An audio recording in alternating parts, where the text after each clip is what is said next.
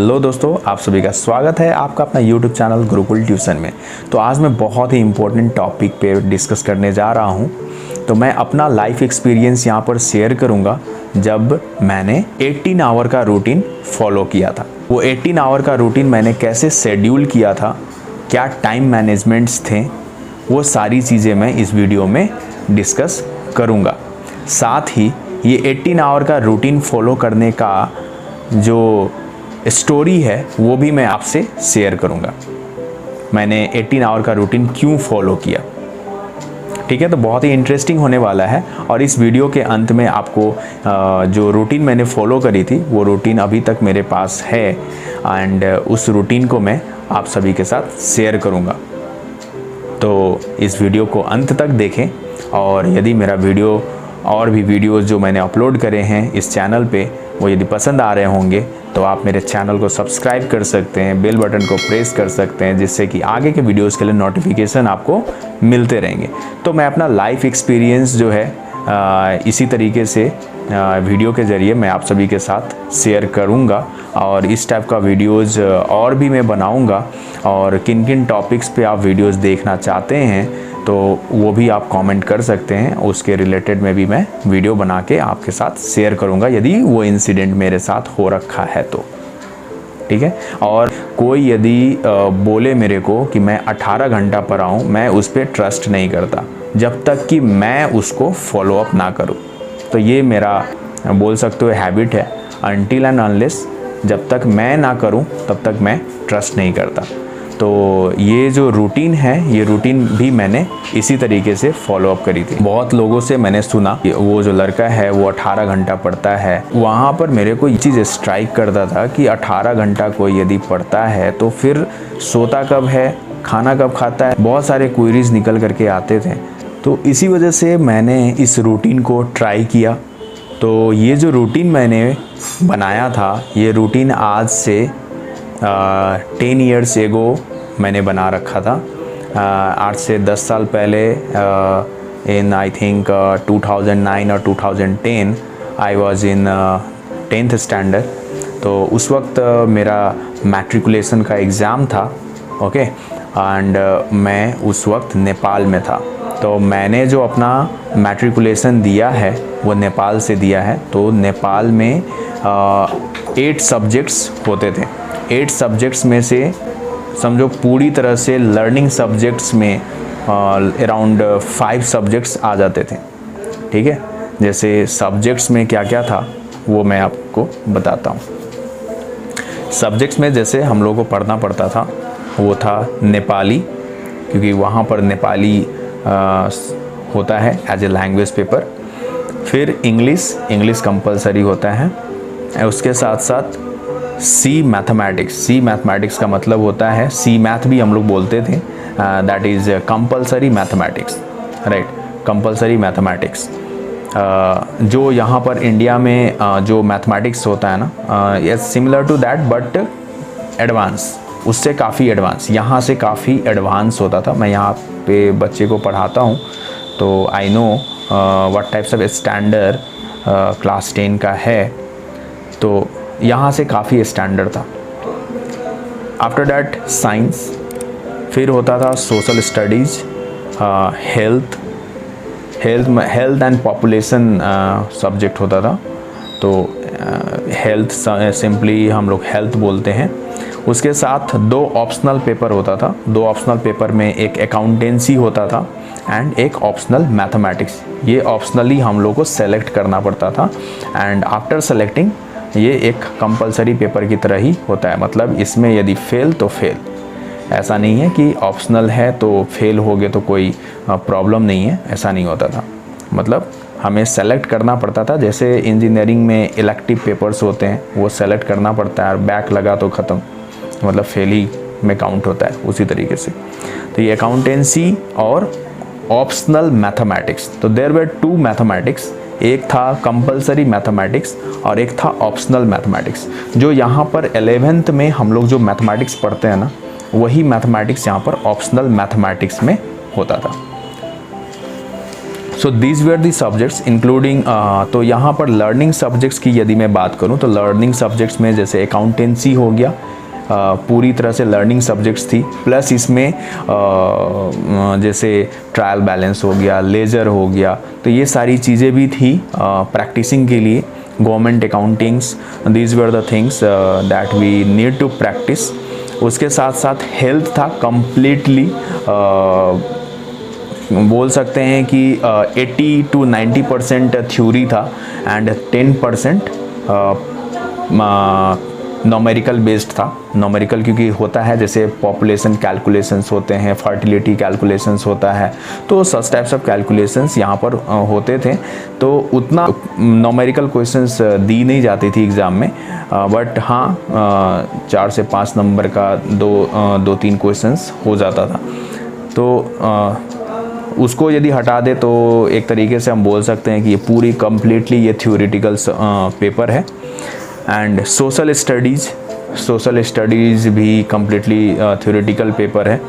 Science है ना, science में हम लोग का बहुत सारा ब्रांचेज होता था, तो साइंस में सिर्फ फिज़िक्स नहीं होता था, फिज़िक्स के साथ केमिस्ट्री हो गया, बायोलॉजी हो गया, एस्ट्रोनॉमी हो गया, जियोलॉजी हो गया, तो these all where the topics in science.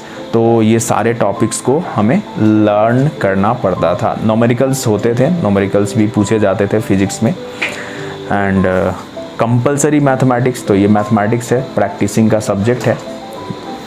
उसके बाद इंग्लिश था, तो इंग्लिश जो अब मैं बोलूँ बोर्डिंग स्कूल से पढ़ रहे हैं तो आई डोंट थिंक कि इतना वीक होगा कि वो एग्ज़ाम में अच्छा नंबर नहीं ला पाएंगे, ठीक है। तो उतना हम लोग फोकस नहीं करते थे इंग्लिश पे। And if we use to study before exam then also we use to score good numbers, बहुत अच्छा नंबर आ जाता था। एंड द लैंग्वेज पेपर जो दूसरा था वो था नेपाली। तो नेपाली बोल सकते हैं कि लर्निंग पेपर है, साथ साथ में यदि आपका अंडरस्टैंडिंग अच्छा हो जाता है टॉपिक्स पे, जैसे स्टोरी में क्या चल रहा है ना, जो कविता बोलते थे, पोएम बोलते थे, तो उस सब में क्या चल रहा है, यदि उसका समरी आपको मालूम है तो आप क्वेश्चंस को आराम से डील कर सकते थे, ठीक है। तो these were the subjects that we have studied in 10th standard. And इसी के लिए मैंने 18 आवर का रूटीन भी फॉलो अप करा था। तो 18 आवर का रूटीन क्या था वो अब चलिए सुनते हैं। उसमें जो है मैंने सुबह कितने बजे उठना है उसका मैंने रूटीन बनाया था।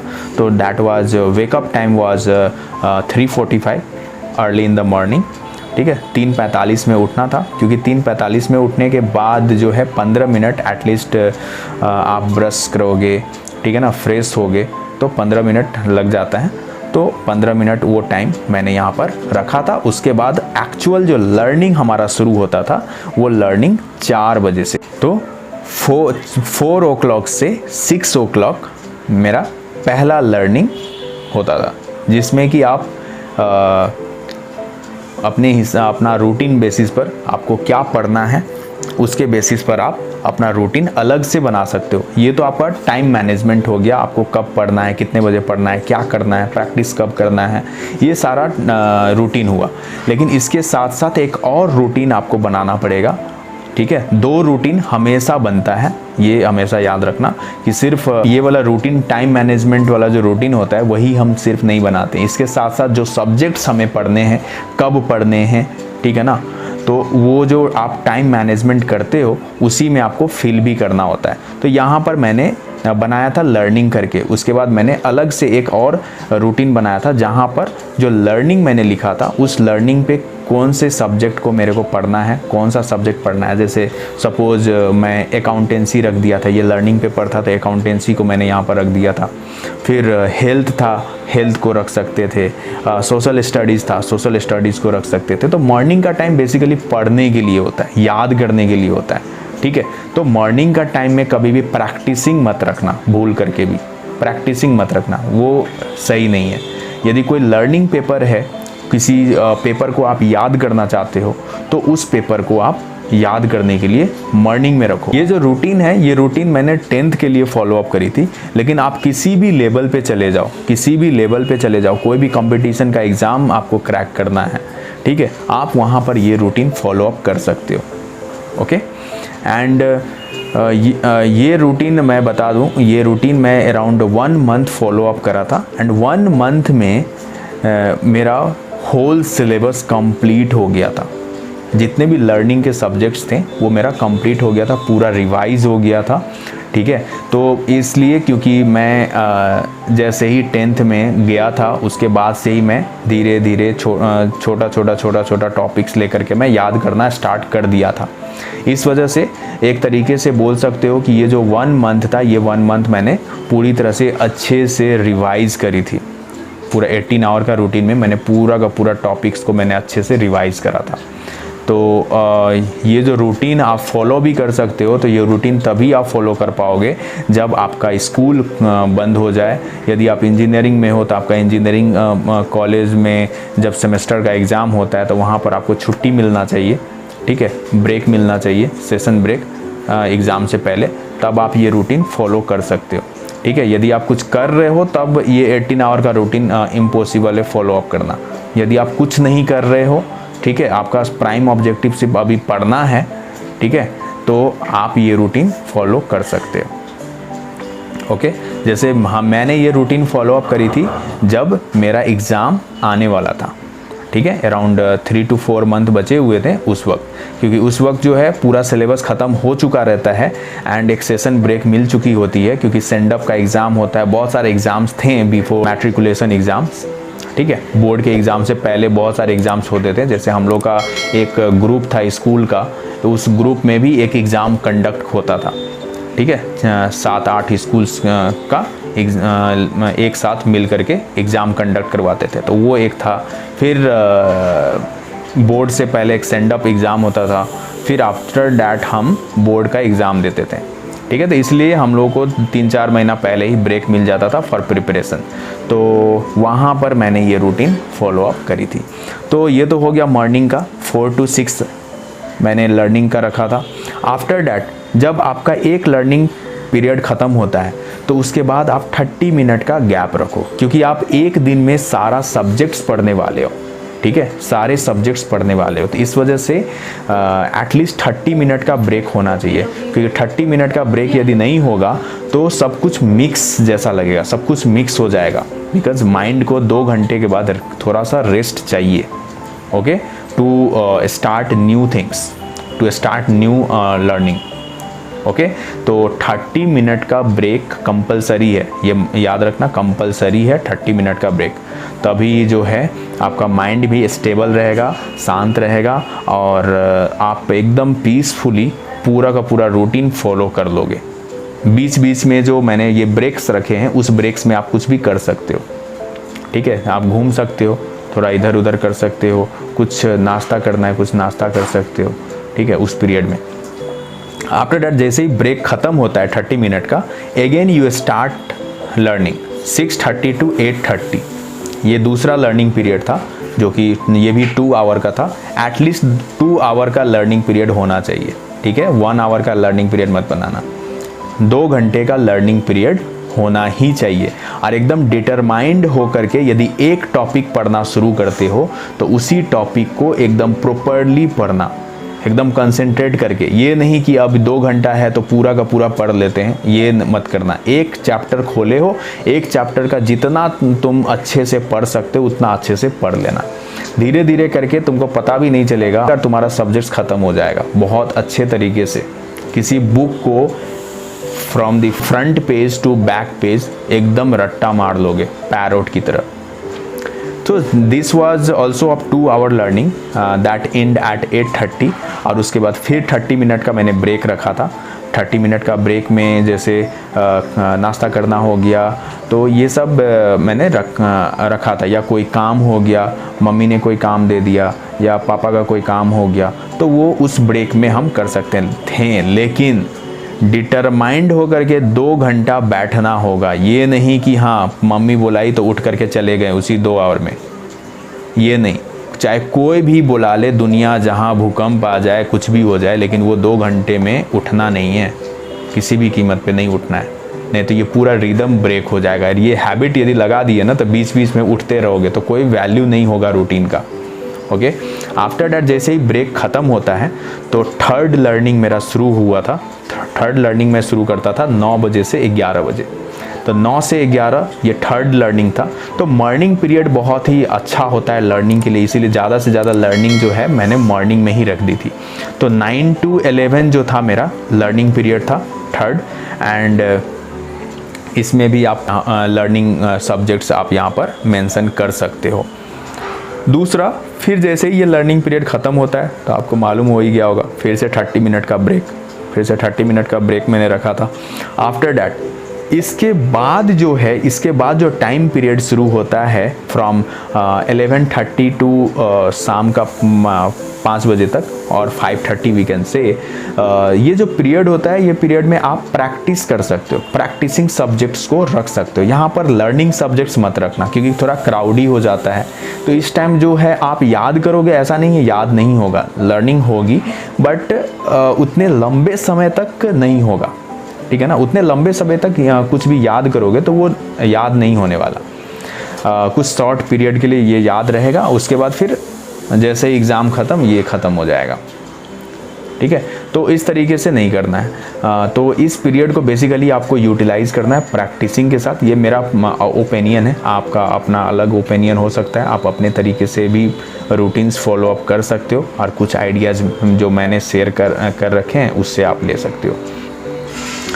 तो मैंने क्या करा, 11:30 से 2:30 मैंने प्रैक्टिसिंग का टाइम रखा। एज आई ऑलरेडी मेंशन्ड कि मेरा 2 मैथमेटिक्स का सब्जेक्ट था, तो जिसमें से पहला मैथमेटिक्स का सब्जेक्ट्स का प्रैक्टिसिंग मैंने इस आवर में रख दिया था, ठीक है।